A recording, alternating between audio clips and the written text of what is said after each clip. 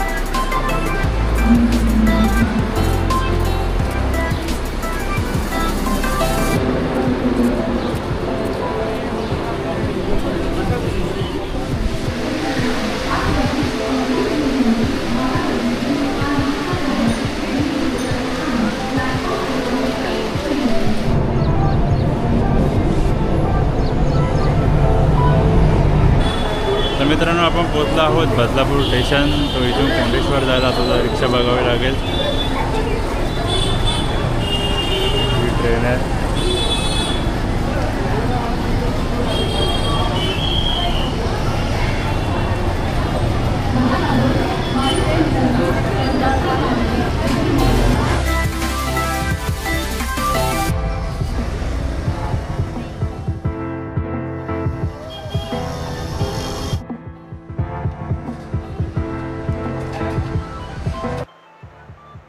बदलापूर स्टेशनला आल्यानंतर पोटभर मस्तपैकी नाश्ता झाल्यावरती आमचा शोध सुरू झाला एक रिक्षाच्या शोधामध्ये.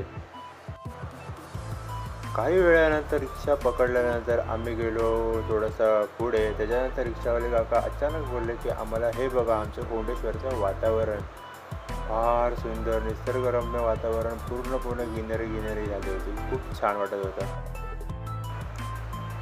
अजून थोडंसं पुढे गेल्यानंतर आम्हाला एक छोटंसं लहानसं धरण दिसलं. पण हे म्हणतात ना की मूर्ती लहान कीर्ती महान, त्या प्रकारचं काहीतरी होतं की या धरणाचा विस्तार खूप बऱ्यापैकी मोठा होता. आणि हे धरण भरपूर साऱ्या गावांना पाणी सप्लाय करतं. तर मित्रांनो, आपला प्रवास जवळपास होत आला आहे. तर आपण आता पोचलो आहोत मंदिराच्या पायथ्याशी. तर रिक्षावाल्या काकांनी आम्हाला तिकडे सोडलं आणि म्हणाले की जर तुम्हाला परत यायचं असेल तर मला नक्की फोन करा, मी तुम्हाला घ्यायला येईन. मित्रांनो, फायनली आपली वेळ आलेली आहे आपलं कोंडेश्वर मंदिर बघण्याची. तर तिकडे गेल्यानंतर आतमध्ये तुम्हाला काय काय बघायला मिळेल हे आता पुढच्या व्हिडिओजमध्ये तुम्हाला दिसेल. तर मला असं वाटतं की तुम्ही मंदिराचा व्ह्यू एन्जॉय करावा.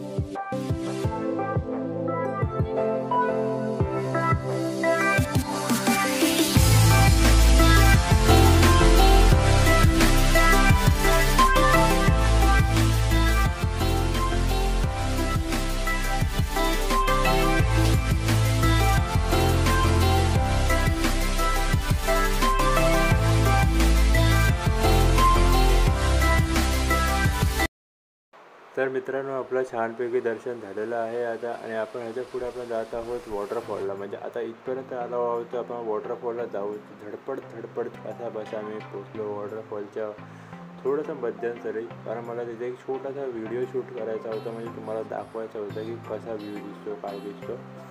सो त्याच्यासाठी मी आता वरती चाललो.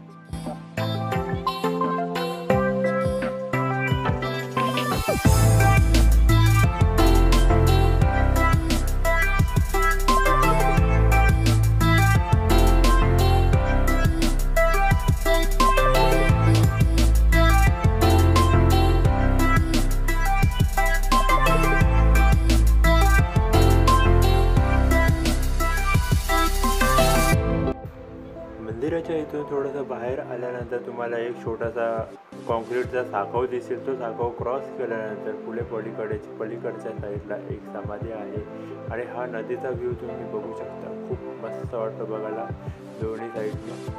सो आपण डायरेक्ट आता पुलाच्या पलीकडे जाऊन बघू. तर मित्रांनो ही तुम्ही बघू शकता श्री कोंडेश्वर देवस्थान बाबांची समाधी. तर या ठिकाणी बाबांची समाधींची एक वास्तू बांधली गेलेली आहे आणि दुसऱ्या साईडची. तर मित्रांनो समाधीचे जर आपण निघालो आहोत, समाधीचे निघून निघाल्यानंतर आपल्याला धनगर वॉटरफॉलच्या दिशेने जायचं आहे. तर आम्ही मस्त मजा करत पायवाटेच्या दिशेने आम्ही निघालो होतो. तेवढ्यात आम्हाला एक खेकडा दिसला. तर खेकड्याची आम्ही मस्त खेळत होतो, टाइमपास करत होतो, पायावरून गेलो तो एन्जॉय करत जात होतो. जायचं बोला ऑफरोडिंग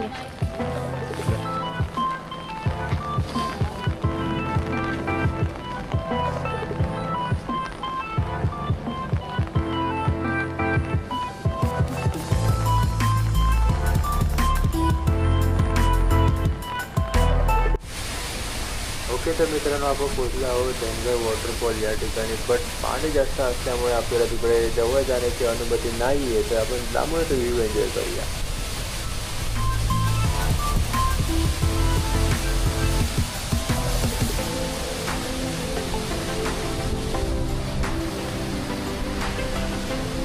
अरे संपवा आपल्याला संपवायचं.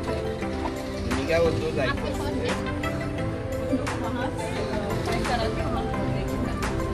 बड़ा पाव